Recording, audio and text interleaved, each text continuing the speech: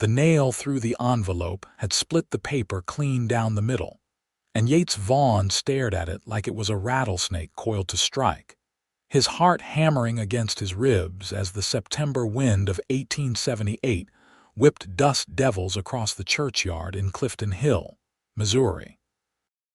His hands shook as he pulled the letter free from the weathered oak door, the single page already familiar before he even unfolded it, because he knew her handwriting the way he knew the contours of his own soul. Every loop and curve a piece of Josephine Zimmerman that had branded itself into his memory over the past 2 years. The words swam before his eyes at first, blurred by something he would not name, but he forced himself to focus, to read every devastating line she had written in that careful script. Dearest Yates, by the time you find this, I will be on the morning stage heading east back to St. Louis, where my father has arranged a marriage to a man I have never met. I cannot bear to say goodbye to your face, knowing that I would crumble, knowing that I would beg you to give me what you cannot give. You have made it clear that you are not the marrying kind, that you are wedded to the open range and the freedom of a cowboy's life. I have waited, hoped, prayed that you might change your mind, but I cannot wait forever. I am 22 years old, and my father says I am running out of time to make a proper match. Please do not think badly of me. Please know that I will carry you in my heart until my dying day. But I must go where there is a future, even if it is not the future I dreamed of. Forgive me. Forever yours, Josephine. Yates crushed the letter against his chest, his breath coming in ragged gasps as the world tilted sideways around him. The morning stage. She had written morning, and the sun was already climbing toward noon, which meant she had hours on him, maybe 3 or 4, heading east on the main road toward the railway junction at Herman. His mind spun through calculations even as his heart threatened to crack wide open. She thought he did not want to marry her. She thought he had chosen the cowboy life over her. She thought he was too afraid or too selfish or too broken to build a life with her. She was wrong about all of it. He ran for his horse, his boots kicking up clouds of Missouri dust as he sprinted across the churchyard and down Main Street, ignoring the startled looks from townspeople who called his name. His bay mare, Copper, was tied outside the boarding house where he rented a room, and he had her untied and mounted before his landlady could even step onto the porch to ask what the commotion was about. He wheeled Copper around and drove his heels into her flanks, sending her into a gallop that scattered chickens, and sent a dog barking after them as they thundered out of Clifton Hill heading east. The road was rutted and dry, the kind of late summer hardpack that kicked up dust in choking clouds, and Yates pushed Copper as hard as he dared, knowing he would need her stamina for the long chase ahead. His mind raced faster than the horse beneath him, replaying every conversation he had ever had with Josephine, trying to understand how she could have so completely misunderstood his heart. He had been careful with his words, yes, perhaps too careful, because the truth was that Yates Vaughn had been scared out of his mind from the moment he realized he loved her. He was 26 years old, a ranch hand who worked the big cattle drives up from Texas, who spent half the year sleeping under stars, and the other half drifting from one temporary job to another. He had exactly $73 saved in a tin box under his bed, and he owned 2 horses, a saddle, 3 shirts, 2 pairs of trousers, and a bedroll. What kind of life could he offer a woman like Josephine, who had been raised in a proper house with a proper family, who deserved china plates and a solid roof and children who would not grow up wondering where their next meal was coming from? But none of that mattered now, because she was gone, running away to marry some stranger in St. Louis. And Yates would be damned if he let that happen without fighting for her with every breath in his body. The sun beat down mercilessly as he rode, and sweat soaked through his shirt and dampened his hat. Copper's breathing grew labored, and after an hour of hard riding, Yates forced himself to slow to a trot, then a walk, letting the mare catch her wind.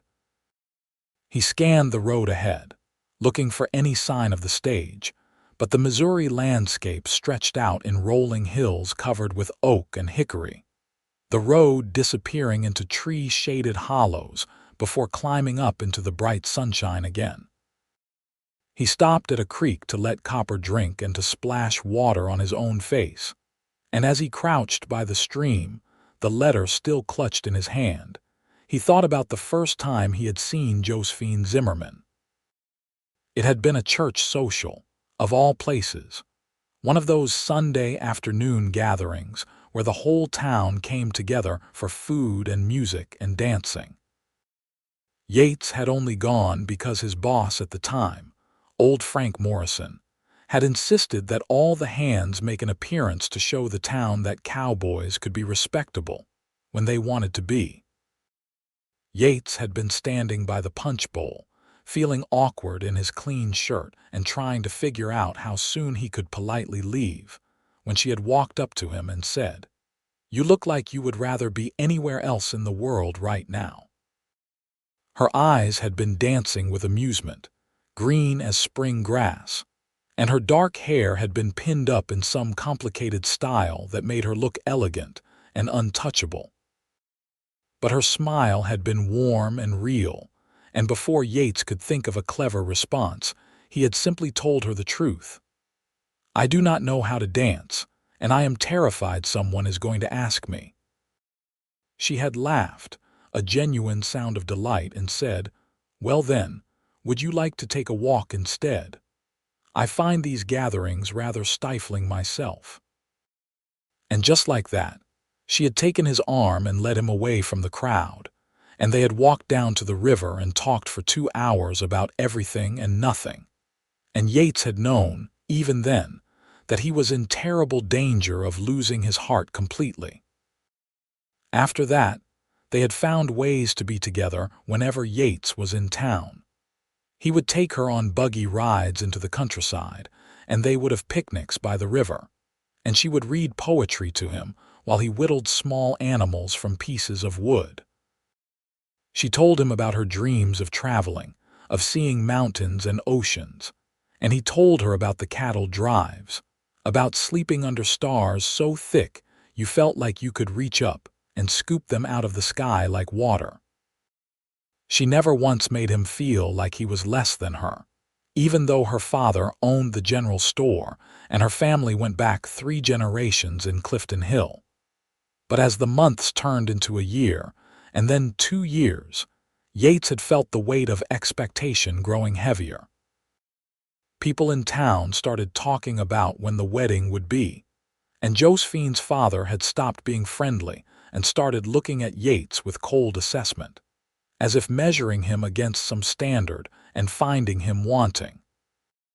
Josephine herself had started making little comments about houses for sale, about how pretty the church looked when it was decorated for weddings, about how much she loved children and hoped to have a large family someday. And Yates, terrified of failing her, of not being able to provide the life she deserved, had pulled back, had become evasive when the subject of marriage came up, had thrown himself into his work and spent longer stretches away from Clifton Hill. He had convinced himself that he was doing the noble thing, that he was protecting her from a life of poverty and uncertainty with a drifting cowboy. He had told himself that she would eventually meet someone better, someone who could give her everything she deserved. What a fool he had been. What a blind, cowardly fool. Yates mounted Copper again and urged her back onto the road, this time keeping to a steady pace that would eat up miles without exhausting the horse. He passed a farm where a family was bringing in the late summer harvest, and he called out to ask if they had seen the eastbound stage. The farmer leaned on his pitchfork and nodded, saying it had passed by about 2 hours earlier, right on schedule. 2 hours. Yates thanked him and rode on, calculating that the stage would stop at way stations every 10 to 15 miles to change horses. If he could make good time, he might catch them at one of the stops. The afternoon wore on, the sun beginning its slow descent toward the western horizon. Yates's body ached from the hard ride, his thighs burning and his back stiff, but he did not slow down. He passed through a small settlement called Rhineland, barely more than a crossroads with a store and a blacksmith, and stopped long enough to ask about the stage. The blacksmith, a German immigrant with massive forearms and kind eyes, told him the stage had changed horses there about an hour and a half before and was making good time toward Herman. "You chasing someone?" the blacksmith asked, taking in Yates's dusty, desperate appearance. "The woman I love," Yates said simply. "She thinks I do not want to marry her, but she is wrong." The blacksmith smiled, revealing a gap in his front teeth. "Then you better ride fast, my friend. True love does not come along every day." He refused payment for the information and sent Yates on his way with a canteen of cold water and a blessing in German that Yates did not understand but appreciated nonetheless. Back on the road, Yates let his mind wander to what he would say to Josephine when he caught up with her. Would she even want to hear him out? She had left that letter on the church door as a final goodbye, which meant she had made her decision and was committed to following through with it. What if she was angry with him for following her? What if she told him it was too late, that she had already given her word to this stranger in St. Louis? No. He could not think that way. He had to believe that the love they shared was strong enough to overcome his mistakes, his fear, his foolish pride. He had to believe that, when he looked into her eyes and told her the truth, that he loved her more than life itself, and wanted nothing more than to spend every day for the rest of his life making her happy, she would believe him. The sun was low in the sky, painting the world in shades of gold and amber, when Yates finally spotted the stage in the distance. It was pulled over at a way station, a rough wooden building with a corral and a stable, and passengers were stretching their legs while the driver oversaw the changing of the horses. Yates's heart leaped into his throat, and he pushed Copper into a canter, covering the last quarter mile in a blur of pounding hooves and flying dust. He pulled up at the way station in a cloud of dust that made the station master cough and wave his hand in front of his face. Yates dismounted before Copper had even fully stopped, his legs nearly buckling as his boots hit the ground. He scanned the small group of passengers, looking for dark hair and green eyes, for the woman who owned his heart completely. She was standing by the water trough, a carpet bag at her feet, her traveling dress dusty from the road. She had her back to him, talking to an older woman who was fanning herself with a folded newspaper. Yates walked toward her on legs that felt like they were made of water, his mouth dry, his hands trembling. "Josephine," he said, and his voice came out rough and raw. She turned, and for a moment time seemed to stop completely. Her eyes went wide, her face draining of color and then flooding with it, her cheeks flushing pink. Her mouth opened, but no sound came out, and Yates watched as a dozen emotions flickered across her face too quickly to name. "Yates," she finally managed, and her voice was barely a whisper. "What are you doing here?" "I found your letter," he said, closing the distance between them until he was standing right in front of her, close enough to smell the lavender soap she always used. "Nailed to the church door. I read every word, and then I rode out here to stop you because you are wrong, Josephine. You are wrong about everything." Her jaw tightened, and he saw anger flash in her eyes, mixing with hurt and confusion. "I am wrong. I waited 2 years for you, Yates. 2 years of hoping that you would give me some sign that you wanted a future with me. And all I got was you pulling away, disappearing for weeks at a time, changing the subject every time I mentioned anything about our future. What was I supposed to think? "You were supposed to know that I love you," Yates said, and the words came out fierce and desperate.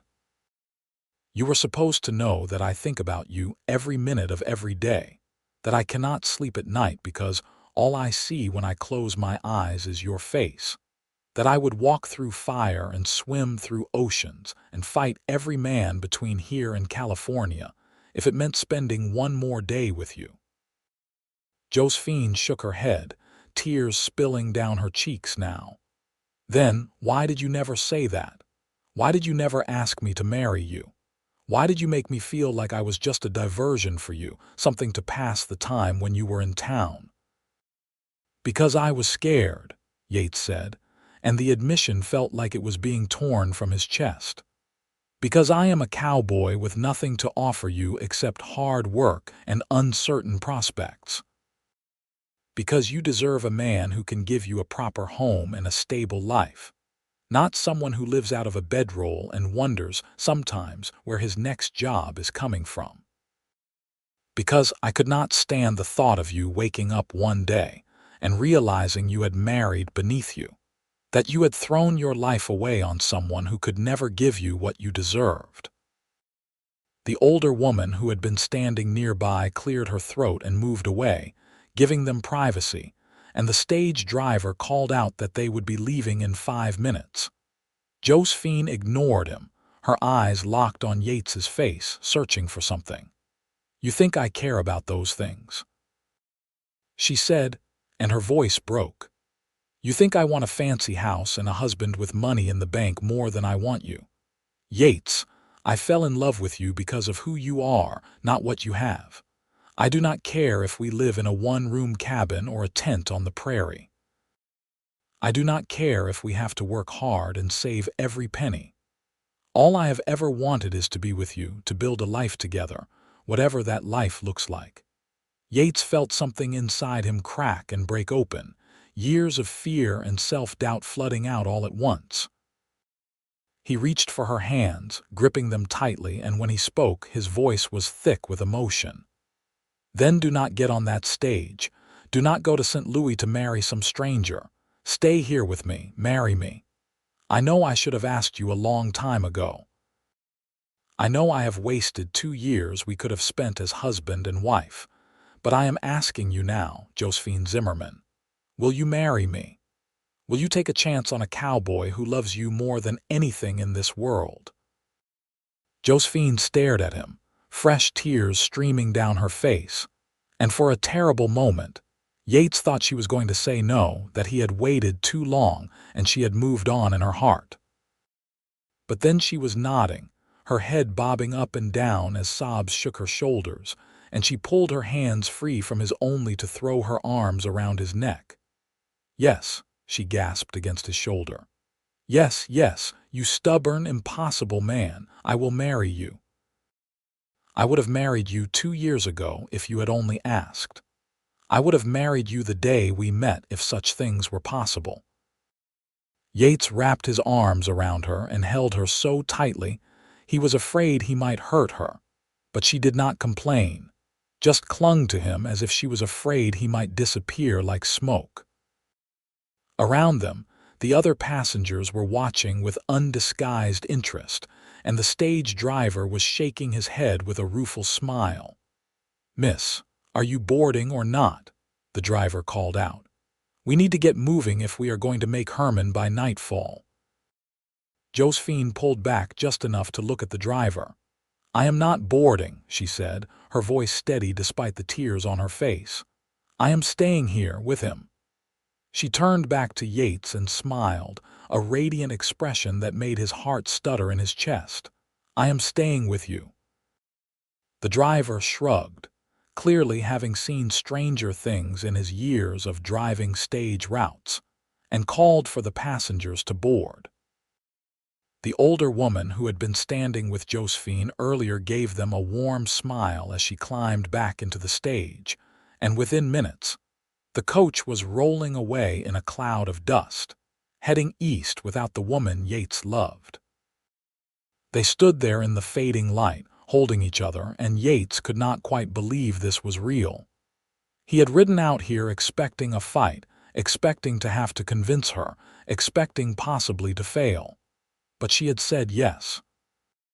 She had chosen him over security, over her father's plans, over the easier path. "Your father is going to be furious," Yates said, and Josephine laughed, the sound watery but genuine. "My father will survive," she said. "He has been trying to control my life for 22 years, and it is time I made my own decisions. Besides, once we are married, there will be nothing he can do about it." She paused, suddenly looking uncertain. "We are going to get married soon, are we not? You are not going to ask me to wait while you save up for some imaginary perfect life." "We are getting married as soon as I can find a preacher," Yates said firmly. "Tomorrow, if possible. I am not letting you out of my sight until you are my wife, because I do not trust that I will not wake up and find this was all a dream." Josephine smiled and reached up to touch his face, her fingers gentle against his cheek. "This is real," she said softly. "We are real. And we are going to have a wonderful life together, Yates Vaughn. I promise you that."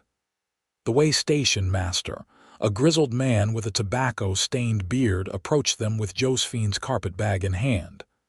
"You folks need a place to stay tonight?" he asked, his tone matter of fact. "I got a room you can rent, separate beds, all proper-like. And there is a preacher in Herman, about 10 miles east, if you are looking to make things official." Yates thanked him and paid for the room, and they spent the evening in the way station's small dining area, eating a simple meal of stew and cornbread and talking about their future. Josephine told him about the letter she had left for her father, explaining her decision to leave, and how guilty she had felt about going against his wishes. Yates told her about his savings, his plans to buy a small piece of land someday and start his own ranch, and how terrified he had been that he would never be good enough for her. "You have always been good enough," Josephine said, reaching across the table to take his hand.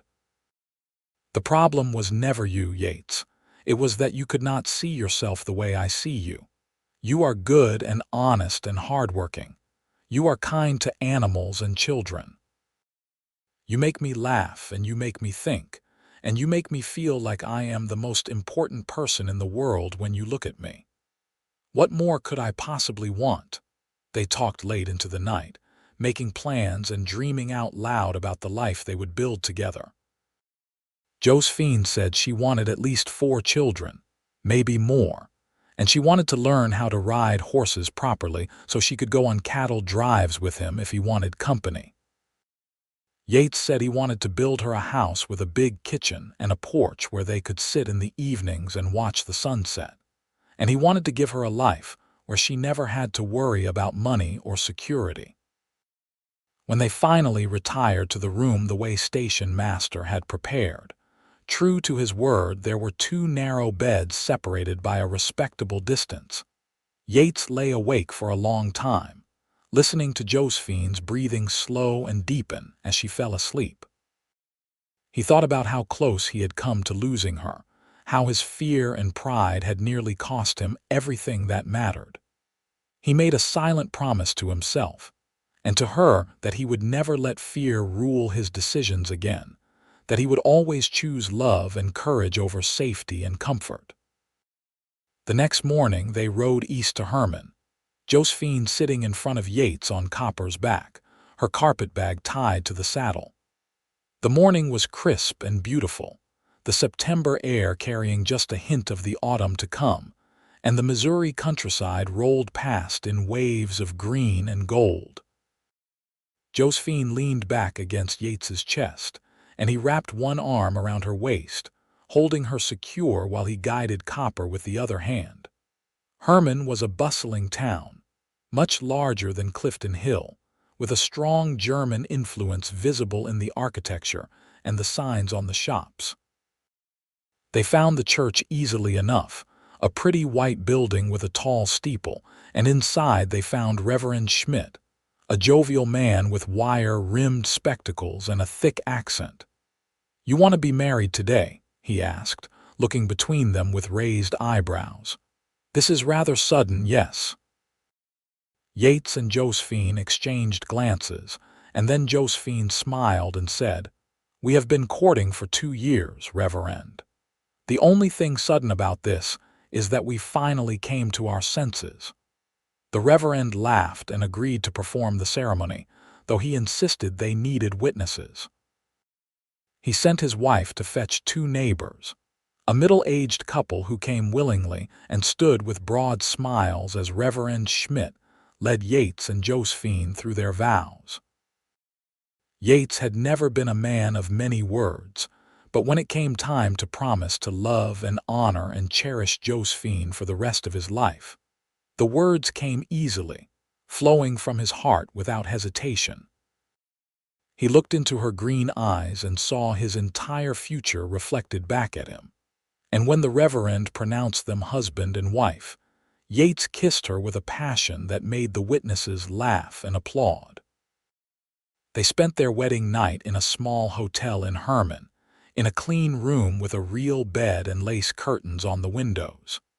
Yates had never been with a woman before, too focused on work and survival to think much about romance, and he was nervous about disappointing Josephine.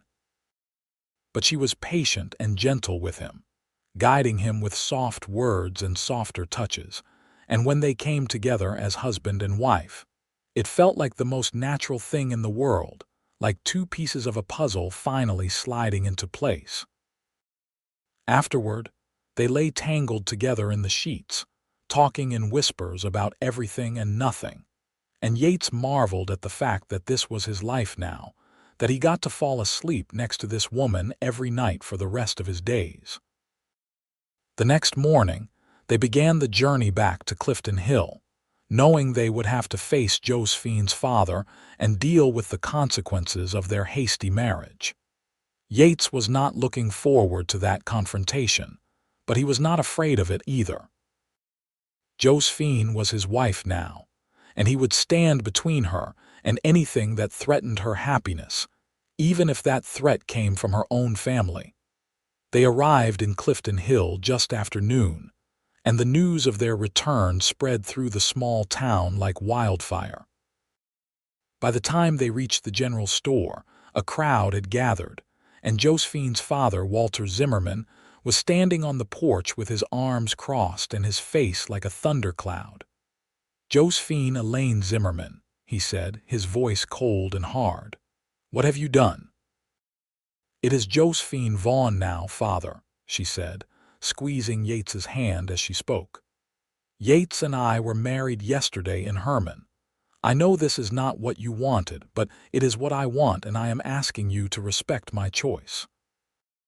Walter's face turned purple, and for a moment, Yates thought the man might have a stroke right there on the porch.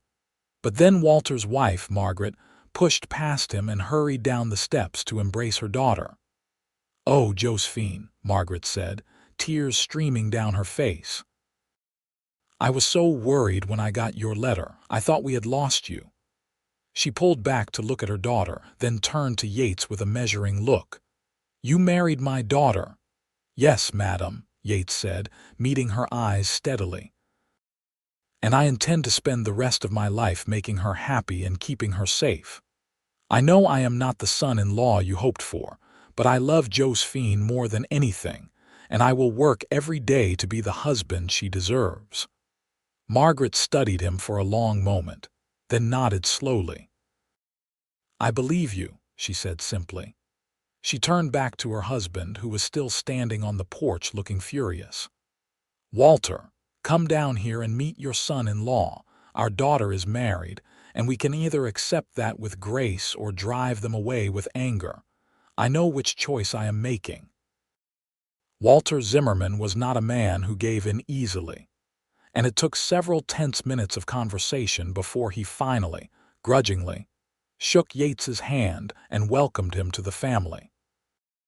The welcome was stiff and formal, and Yates knew it would take time to earn the older man's respect, but it was a start. The Zimmermans offered to let Yates and Josephine stay with them until they could find a place of their own, but Yates politely declined, not wanting to live under Walter's roof and constant scrutiny. Instead, they moved into Yates's room at the boarding house temporarily, crowded but happy in their small space. Yates kept working as a ranch hand, taking every job he could find and saving every penny. Josephine found work as a seamstress, her skills with a needle bringing in additional income. They lived frugally, eating simple meals and wearing their clothes until they were threadbare, but they were happy in a way that Yates had never imagined possible. Every morning, he woke up next to his wife and counted himself the luckiest man alive. Every evening, he came home to her smile and her cooking and her laughter, and the small boarding house room felt like a palace. By the time winter arrived, they had saved enough for a down payment on a small parcel of land about 5 miles outside of Clifton Hill. It was not much, just 20 acres with a creek running through it and a stand of oak trees on the north side, but it was theirs. Yates spent every spare moment that winter building a cabin, working by lamplight after his ranch work was done, his hands rough and bleeding from the labor but his heart light with purpose. Josephine helped as much as she could, holding boards steady while he nailed them in place, mixing mortar for the stone fireplace, hanging the door he had built with his own hands. By the time spring arrived, they had a one-room cabin with a loft for sleeping, a stone fireplace, and windows that let in the morning sun. It was small and rough, nothing like the fine homes in town, but when they moved in their few possessions and Josephine hung curtains she had sewn herself, it became the most beautiful place Yates had ever seen. Their first year of marriage was full of hard work and simple joys. They planted a garden, and Josephine tended it with care, growing vegetables and herbs that supplemented their meals. Yates bought a milk cow and some chickens, and gradually their little homestead began to feel like a real ranch. He still took jobs working cattle drives and helping with roundups on larger ranches, but he always came home to Josephine, and that made all the difference. In the spring of 1879, Josephine told him she was expecting a baby. Yates had been fixing a fence post when she came walking out to the pasture with the news, and he had dropped his tools and swept her up in his arms, spinning her around until she laughed and begged him to put her down. That night, they lay in their loft bed and talked about names and nurseries, and all the ways their lives were about to change. Margaret Zimmerman proved to be an invaluable help during Josephine's pregnancy, coming out to the homestead regularly with food and advice, and her own memories of carrying children. Even Walter thawed somewhat, stopping by occasionally to check on his daughter and grudgingly admitting that Yates was working hard to provide for his family. In December of 1879, during the first snowfall of winter, Josephine went into labor. Yates rode into town through the snow to fetch the midwife, a capable woman named Mrs. Henderson, and then spent the longest hours of his life pacing outside the bedroom while his wife labored to bring their child into the world. When he finally heard the baby's cry, thin and strong in the cold night air, Yates felt his knees go weak with relief. Mrs. Henderson opened the door and smiled at him, her sleeves rolled up and her face tired but happy. "You have a son," she said. "A big, healthy boy. Your wife wants to see you." Yates entered the room on shaking legs and saw Josephine propped up against pillows, exhausted but glowing, with a tiny bundle in her arms. She looked up at him with tears in her eyes and said, "Come meet your son, Yates." He crossed to the bed and looked down at the baby in her arms, at the tiny face and the shock of dark hair and the miniature fingers that were curled into fists. Something in his chest expanded until he thought it might burst, a love so fierce and protective that it took his breath away. "What should we name him?" Josephine asked softly. Yates thought for a moment, then said, "What about Thomas, after your grandfather?" He knew that Josephine had been close to her maternal grandfather who had passed away when she was young. Josephine's eyes filled with fresh tears, and she nodded. "Thomas Vaughn. It is perfect." They settled into the rhythms of parenthood, sleepless nights and endless diapers, and the constant wonder of watching a tiny human grow and change. Thomas was a good baby, quick to smile and slow to fuss, and Yates found himself utterly besotted with his son. He would sit by the fire in the evenings with Thomas sleeping on his chest, marveling at the weight and warmth of him, at the fact that he and Josephine had created this perfect little person. As Thomas grew from infant to toddler, Yates continued to build their ranch. He bought more cattle, invested in better breeding stock, and slowly earned a reputation as a man who knew his business and could be trusted. Other ranchers started coming to him for advice, and he found himself in demand as a consultant during breeding season. In 1881, Josephine became pregnant again, and in the spring of 1882 she gave birth to a daughter they named Clara. Clara had her mother's green eyes and a disposition that was equal parts sweet and stubborn.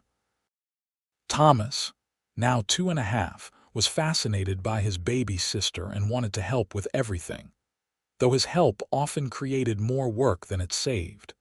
The years passed in a blur of work and love and the everyday miracles of family life.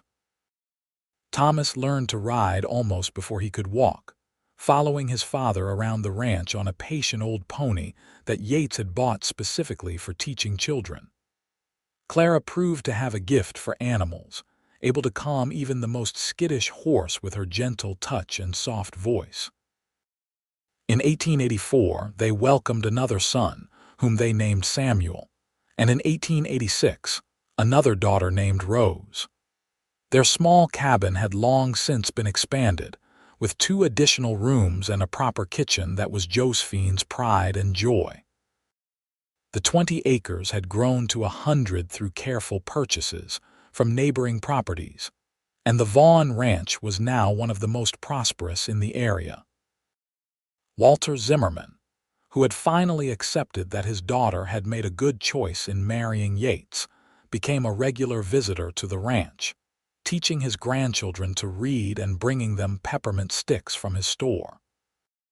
Margaret sewed clothes for the children and helped Josephine with the endless tasks of running a household with 4 young children. But success and a growing family did not change the core of what Yates and Josephine had built together. Every evening after the children were tucked into bed, they would sit on the porch that Yates had built, watching the sun set over their land, and they would talk about their day, their dreams, their gratitude for the life they were living. "You ever regret it?" Yates asked one evening when the children were all asleep and the summer crickets were singing their nightly chorus. "Giving up the chance to marry someone with more money, more security." Josephine turned to look at him, and even after all these years, her smile still made his heart skip a beat. "Not for a single second," she said. "You gave me everything I ever wanted, Yates. You gave me love and partnership and a life full of meaning. What more could anyone ask for?" Yates reached for her hand, threading his fingers through hers, and thought back to that desperate ride to catch her stage, to the letter nailed to the church door that had changed everything. He thought about how close he had come to losing her because of his own fear and doubt, and how grateful he was that he had found the courage to chase after her. "I love you, Josephine Vaughn," he said, the words as true and necessary now as they had been the day he married her. "I will love you until the day I die and beyond."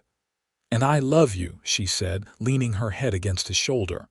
"My cowboy who rode out to stop me, my husband, my partner, my love." They sat there in the gathering darkness, listening to the sounds of their ranch settling down for the night, The lowing of cattle in the distance, the whinny of horses in the barn, the rustling of leaves in the oak trees.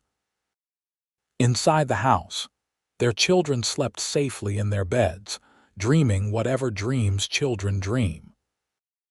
Around them, the land they had built together with sweat and determination stretched out in every direction, a testament to what could be accomplished when two people committed to facing life side by side. The years continued to unfold, bringing new challenges and new joys. In 1888, when Thomas was 9 years old, Yates began teaching him the full scope of ranch work, not just the riding and roping but the business side as well. Thomas was a quick study, with his father's instinct for cattle and his mother's head for numbers. Clara, at 6, was already helping her mother in the garden and the kitchen, though her true love was working with the horses. Samuel and Rose, the youngest two, were a matched pair of mischief, always into something, always making their parents laugh with their antics. That same year, a drought hit Missouri hard, and many of the smaller ranchers in the area faced ruin. Yates and Josephine made the decision to help their neighbors where they could, sharing water from their creek and buying cattle at fair prices from those who could not afford to feed them through the dry season. It was a financial risk, but it was also the right thing to do, and when the rains finally came in the fall, the Vaughn family found themselves with not just a larger herd but also a community of neighbors who would never forget the kindness they had been shown. In 1890, Walter Zimmerman passed away suddenly from a heart ailment, and Margaret came to live with Yates and Josephine on the ranch. She took over a small room that they had been using for storage, and she quickly made herself indispensable, helping with the children and the household while Josephine focused more on managing the financial side of the ranch. The children adored their grandmother, and she doted on them in return, telling them stories of their mother's childhood and teaching them songs from her own youth. Thomas grew into a tall, serious young man who was clearly destined to take over the ranch someday. At 16, he was already as capable as many men twice his age, and Yates felt a deep pride watching his son work. Clara, at 14, had a way with horses that bordered on magical. She could train even the most difficult animals, and people started bringing their problem horses to the Vaughn Ranch specifically to have Clara work with them. Samuel and Rose, now 8 and 6 respectively, were beginning to find their own paths. Samuel showed an interest in mechanics and was always taking things apart to see how they worked, while Rose had inherited her mother's love of books and could often be found reading under the oak trees when she was supposed to be doing chores. In 1892, Yates and Josephine celebrated their 14th wedding anniversary. They had a big party at the ranch, inviting friends and neighbors from all over the county. There was music and dancing, and Yates, who had once been too afraid to dance at a church social, took his wife in his arms and waltzed her around the yard while everyone clapped and cheered. That night, after the guests had gone home and the children were asleep, Yates and Josephine walked out to the creek that ran through their property. The moon was full, casting silver light across the water, and they stood on the bank holding hands, listening to the peaceful sound of water flowing over stones. 14 years, Josephine said softly. Sometimes it feels like a lifetime, and sometimes it feels like we just got married yesterday. Best 14 years of my life, Yates said, and I am looking forward to the next 50 or 60 years just as much. Josephine laughed and leaned against him. I hope we have at least that many, she said. I am not ready to be done with you yet, Yates Vaughn. They stood there for a long time, wrapped in each other's arms, watching the moonlight dance on the water. Yates thought about the letter that had started it all, the desperate ride to catch the stage, the moment when Josephine had said yes to his proposal. He thought about how different his life might have been if he had not found that letter in time, if he had let fear keep him from fighting for what he wanted. But he had found it, and he had fought. And now he had this life, this beautiful, messy, perfect life with the woman he loved and the family they had built together. He had learned that courage was not the absence of fear but the willingness to act despite it, and that the greatest risks often brought the greatest rewards. As they walked back to the house, Yates felt a deep sense of contentment settle over him. He was 40 years old now, no longer the young cowboy who had been afraid to believe he deserved happiness. He was a husband, a father, a rancher, a member of a community. He had built something lasting, something that would continue long after he was gone, passed down through his children and their children after them. The years continued their steady march forward. In 1894, when Thomas was 15, a beautiful young woman named Elizabeth, the daughter of a neighboring rancher, came to visit her aunt in Clifton Hill for the summer. Thomas was instantly smitten, and Yates watched with amusement and understanding as his son went through the same stumbling awkwardness around a woman that Yates himself had experienced with Josephine all those years ago. Clara, now 12, was becoming a lovely young woman herself, though she seemed entirely uninterested in the boys who were starting to notice her. Her passion remained horses, and she spent every free moment in the stables or the corrals, working with the animals she loved. In 1896, tragedy struck when Margaret fell ill with pneumonia. Despite the doctor's best efforts and the family's loving care, she passed away peacefully in her sleep one cold January night, surrounded by her daughter and grandchildren. The funeral was held in the Clifton Hill Church, the same church where Yates had found Josephine's letter 18 years earlier, and the building was packed with people whose lives Margaret had touched.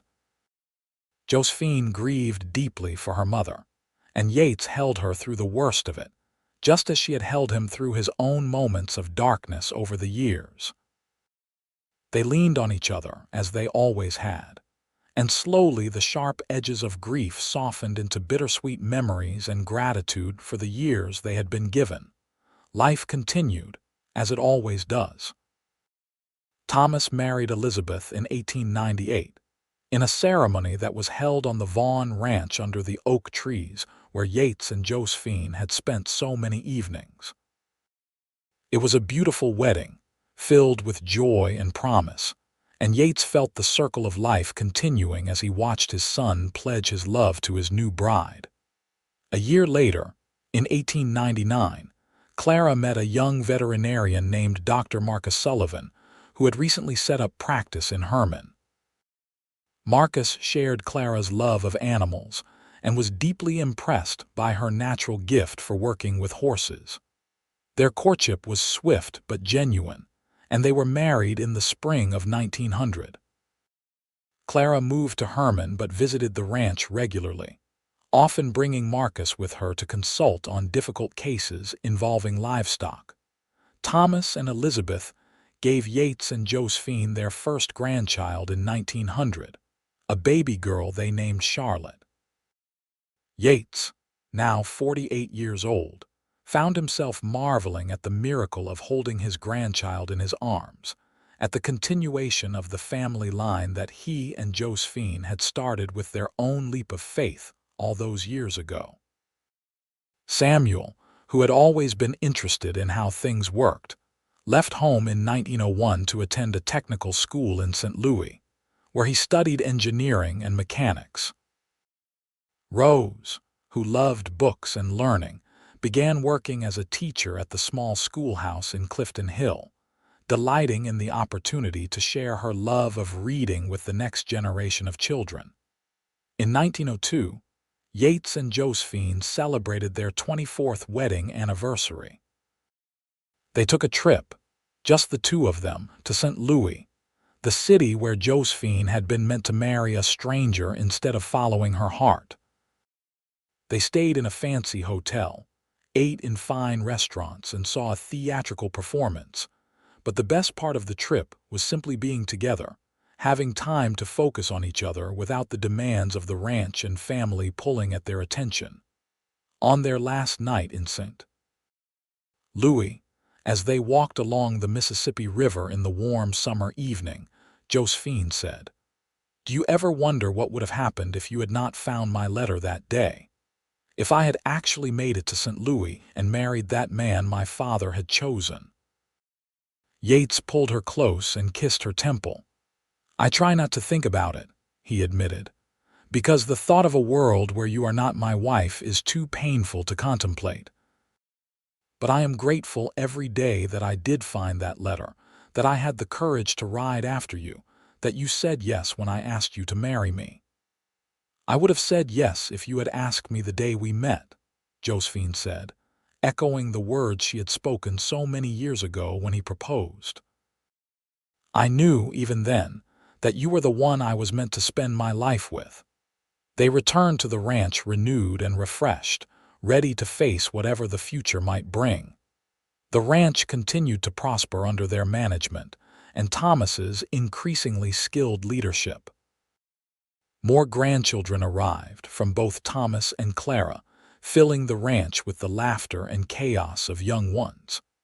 Samuel returned from St. Louis with his degree and a head full of ideas about how to modernize ranch operations with new technology. Rose married a teacher from a neighboring town and continued her work at the schoolhouse, beloved by her students and their families. In 1908, Yates turned 56 years old, and Josephine threw him a surprise birthday party that brought together everyone they loved.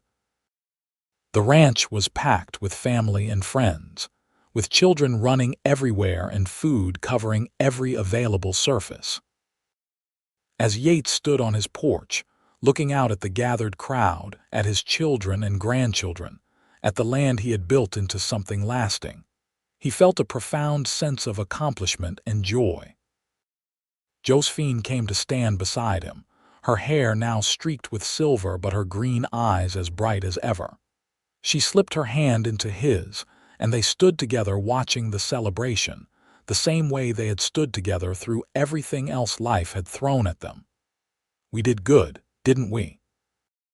Josephine said softly. "We did better than good," Yates replied. "We built something beautiful, Josie. We built a life worth living."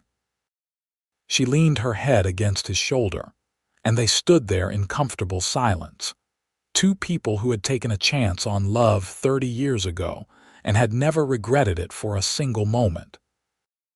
The party continued around them, full of laughter and music, and the kind of joy that comes from being surrounded by people you love. But in that moment, Yates and Josephine were in their own world, grateful for every step of the journey that had brought them to this point. As the sun began to set, painting the Missouri sky in shades of pink and gold, Yates thought back one more time to that September day in 1878 when he had found a letter nailed to a church door. He thought about the desperate ride, the fear and hope that had driven him forward, the moment when everything had changed. That letter had been meant as a goodbye, but it had become a beginning instead, the first chapter in a love story that had spanned 3 decades and showed no signs of ending. "I love you, Josephine," Yates said, the words as necessary and true as breathing. "Yesterday, today, and tomorrow, always." "And I love you," Josephine replied, squeezing his hand. "My cowboy, my husband, my everything." The party continued into the evening, with dancing and storytelling, and the making of memories that would be passed down through generations. Thomas took his father aside at one point to tell him about plans to expand the ranch further, to purchase additional land to the south that had just become available. Clara shared news that she and Marcus were expecting their 3rd child. Samuel demonstrated a new piece of equipment he had designed to make water pumping more efficient. Rose talked about a scholarship program she was hoping to start for students who wanted to pursue higher education. Yates listened to all of it with pride and wonder, marveling at the capable, accomplished adults his children had become. He and Josephine had given them a foundation of love and hard work, and they had built their own successes upon it. The Vaughn name meant something now in Clifton Hill and the surrounding counties. It meant integrity and community, and the kind of quiet strength that comes from facing challenges head-on.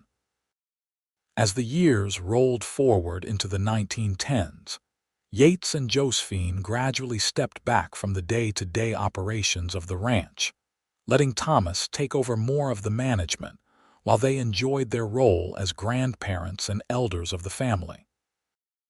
They spent their days tending a large garden, taking long walks around the property, and spoiling their ever-growing number of grandchildren. On September 15, 1918, exactly 40 years after Yates had found Josephine's letter on the church door, the family gathered once again at the ranch to celebrate their 40th wedding anniversary. It was a bittersweet celebration, coming in the midst of the Great War that was tearing Europe apart and the devastating flu epidemic that was sweeping across America. But the Vaughn family had been fortunate, with all of their members safe and healthy, and there was much to be grateful for. Yates and Josephine stood in front of their family and friends, their hands clasped together, and renewed the vows they had first spoken in a small church in Herman so many years ago. Yates's voice was deeper now, roughened by age, but the emotion behind his words was as strong as it had been when he was 26 years old and terrified of losing the woman he loved. I, Yates Vaughn, take you, Josephine, to be my wife once again, as I have every day for the past 40 years. I promise to love you, to honor you, to stand beside you for whatever time we have left on this earth. You are my heart, my home, my greatest blessing. Josephine's eyes were bright with tears as she spoke her own vows, her voice still strong despite the passage of time. I, Josephine Vaughn, take you, Yates, to be my husband once again, as I have every day since I said yes on that dusty road so long ago. I promise to love you, to support you, to be your partner until my last breath. You are my courage, my joy, my truest love. There was not a dry eye in the gathering as they kissed, sealing their promises once more, and the celebration that followed was filled with laughter and dancing and heartfelt toasts. The grandchildren, ranging in age from infants to teenagers, ran wild around the property, creating new memories on land that had become a gathering place for family, a homestead built on love and perseverance. That night, after everyone had gone home or retired to various rooms around the expanded ranch house, Yates and Josephine sat on their porch one more time, rocking gently in the chairs that Thomas had made for them as an anniversary gift years before. The September night was cool and clear, the stars overhead as bright and numerous as they had been when Yates was a young cowboy sleeping under the open sky. 40 years, Josephine said, her voice soft with wonder. Sometimes I still cannot believe that the angry, desperate young man who chased down my stage turned out to be the great love of my life. Yates chuckled, a warm, rumbling sound. I was not angry, I was terrified, he corrected. Terrified I would be too late, terrified you would refuse me, terrified I would have to live the rest of my life without you. But you were not too late, Josephine said, reaching over to take his hand. You caught me just in time. You have always caught me, Yates. Every time I have been afraid or uncertain, you have been there to catch me. And you have caught me, Yates replied, bringing her hand to his lips and kissing it gently. More times than I can count. You believed in me when I did not believe in myself. You saw the man I could become, and loved me into being that person. Everything good in my life started the day I met you, Josephine." They sat in comfortable silence, listening to the night sounds of the ranch, the familiar symphony of crickets and distant cattle, and the rustling of leaves in the oak trees that had stood witness to so much of their lives together. Yates thought about how fragile happiness could be, how easily it could slip away if you were not brave enough to fight for it. He thought about the choices that had brought them to this moment, the risks they had taken, the trust they had placed in each other. "You have any regrets?" Josephine asked suddenly, as if reading his thoughts. "Anything you would change if you could go back?" Yates considered the question carefully, his mind traveling back through 40 years of memories. There had been hard times, certainly. Years when money was tight and the work was backbreaking. Nights when he had worried about providing for his family, about whether he was doing right by his children. Moments of loss and grief like when Margaret had passed away. But regrets. Things he would change, not a single one, he said finally. Because even the hard times brought us something valuable. They taught us, they strengthened us, they showed us what we were capable of. If I could go back and make everything easy, I would not, because then we would not have become the people we are now. We would not have built what we built. Josephine nodded, her eyes shining in the starlight. "I feel the same way," she said. "Every struggle, every challenge, every moment of doubt brought us here, to this life we have created, and I would not trade this life for anything." They talked late into the night, as they had so many times before, sharing memories and dreams and the kind of deep contentment that comes from a life well lived together. When they finally made their way to bed, Yates held Josephine close, breathing in the familiar scent of lavender that still clung to her hair after all these years. The years that followed were gentle ones, the kind of peaceful autumn that comes after a full and eventful life. Yates and Josephine remained healthy and active well into their 70s, though they moved a bit slower and tired a bit easier than they once had. They spent their days surrounded by family, watching their grandchildren grow into adults and start families of their own, making them great-grandparents several times over. The Vaughn Ranch continued to thrive under Thomas's leadership, adapting to the changing times while holding fast to the values of hard work and integrity that Yates and Josephine had instilled from the beginning. The other children remained close, visiting regularly and contributing to the family legacy in their own ways. Samuel's engineering innovations had made the ranch more efficient and profitable. Clara's reputation as a horse trainer had spread far and wide, bringing prestige to the Vaughn name. Rose's students had gone on to successful careers, many of them crediting her with inspiring their love of learning.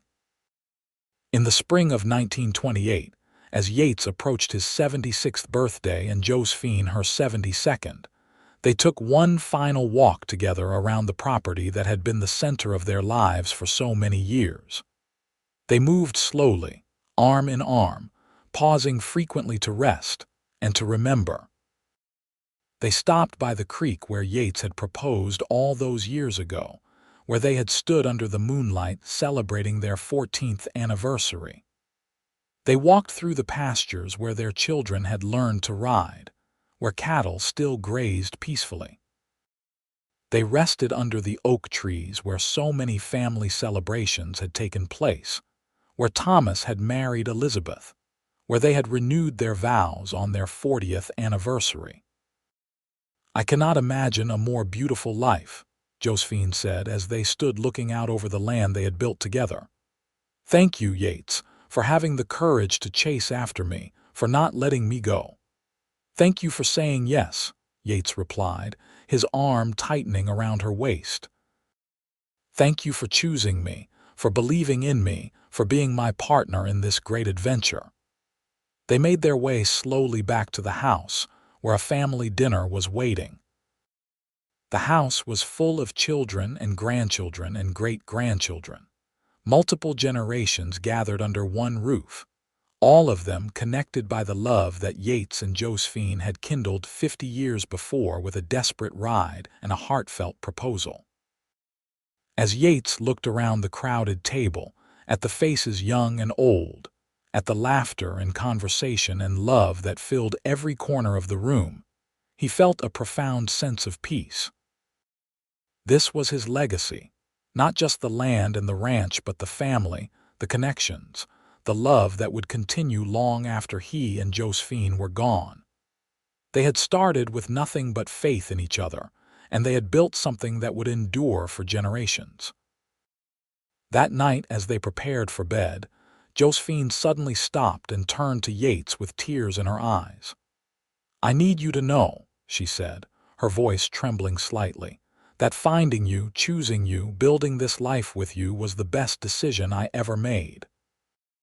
You gave me everything I ever wanted and so much more than I knew to dream of. I have never doubted, not for a single moment, that we were meant to be together." Yates pulled her into his arms, holding her with all the strength and tenderness he possessed.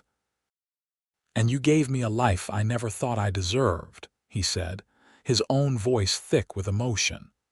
"You taught me that I was worthy of love, that I was capable of building something lasting.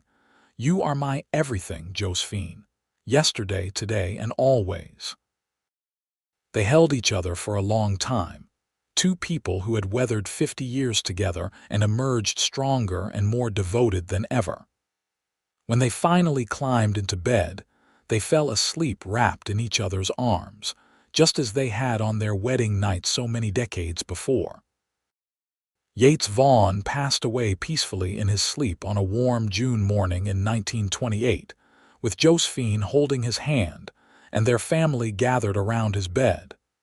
His last words were, "I love you, Josie," and his last expression was one of profound contentment. He was 76 years old and had lived a life fuller and richer than he had ever imagined possible, when he was a young cowboy afraid to dream too big. Josephine mourned him deeply, but she did not succumb to grief. She had 4 more years of life, years she spent with her family, telling stories about their great love to grandchildren and great-grandchildren who listened with rapt attention. She told them about the letter nailed to the church door, about the desperate ride to catch the stage, about the moment when Yates had asked her to marry him, and she had said yes, without hesitation. "True love requires courage," she would tell them, her green eyes still bright despite her advanced age. "It requires the willingness to take risks, to be vulnerable, to believe that something beautiful can come from following your heart. Your grandfather taught me that, and I hope you will all remember it in your own lives." Josephine Vaughn passed away peacefully in her sleep on September 15, 1932, exactly 54 years after Yates had found her letter and ridden out to stop her. She was 76 years old, surrounded by family, loved and cherished until her last breath. Her children arranged for her to be buried next to Yates in the small cemetery on the ranch property, under the oak trees they had both loved so much. The Vaughn Ranch continued for generations after them, a thriving enterprise that remained in the family, passed down from parent to child just as Yates and Josephine had always hoped. Their story became a family legend, told and retold at gatherings, a reminder of where they all came from and the values that had built their family legacy. On the spot where Yates and Josephine were buried, their children planted a rose bush that bloomed every year without fail, beautiful and enduring, a living symbol of a love that had conquered fear and doubt and distance. And on the anniversary of their wedding every year, the family would gather at the ranch for a celebration, keeping alive the memory of two people who had taken a chance on love and built something that would last forever. The letter that had started it all, the goodbye that had become a beginning, was preserved and framed, hanging in the main house of the Vaughn Ranch for future generations to see. And below it, in Yates's careful handwriting, were the words he had written years later, a testament to the power of courage and love. I found her letter nailed to the church door. I read her goodbye and rode out to stop her fast. And in doing so, I found my life, my love, my everything. Never be afraid to fight for what your heart knows is right.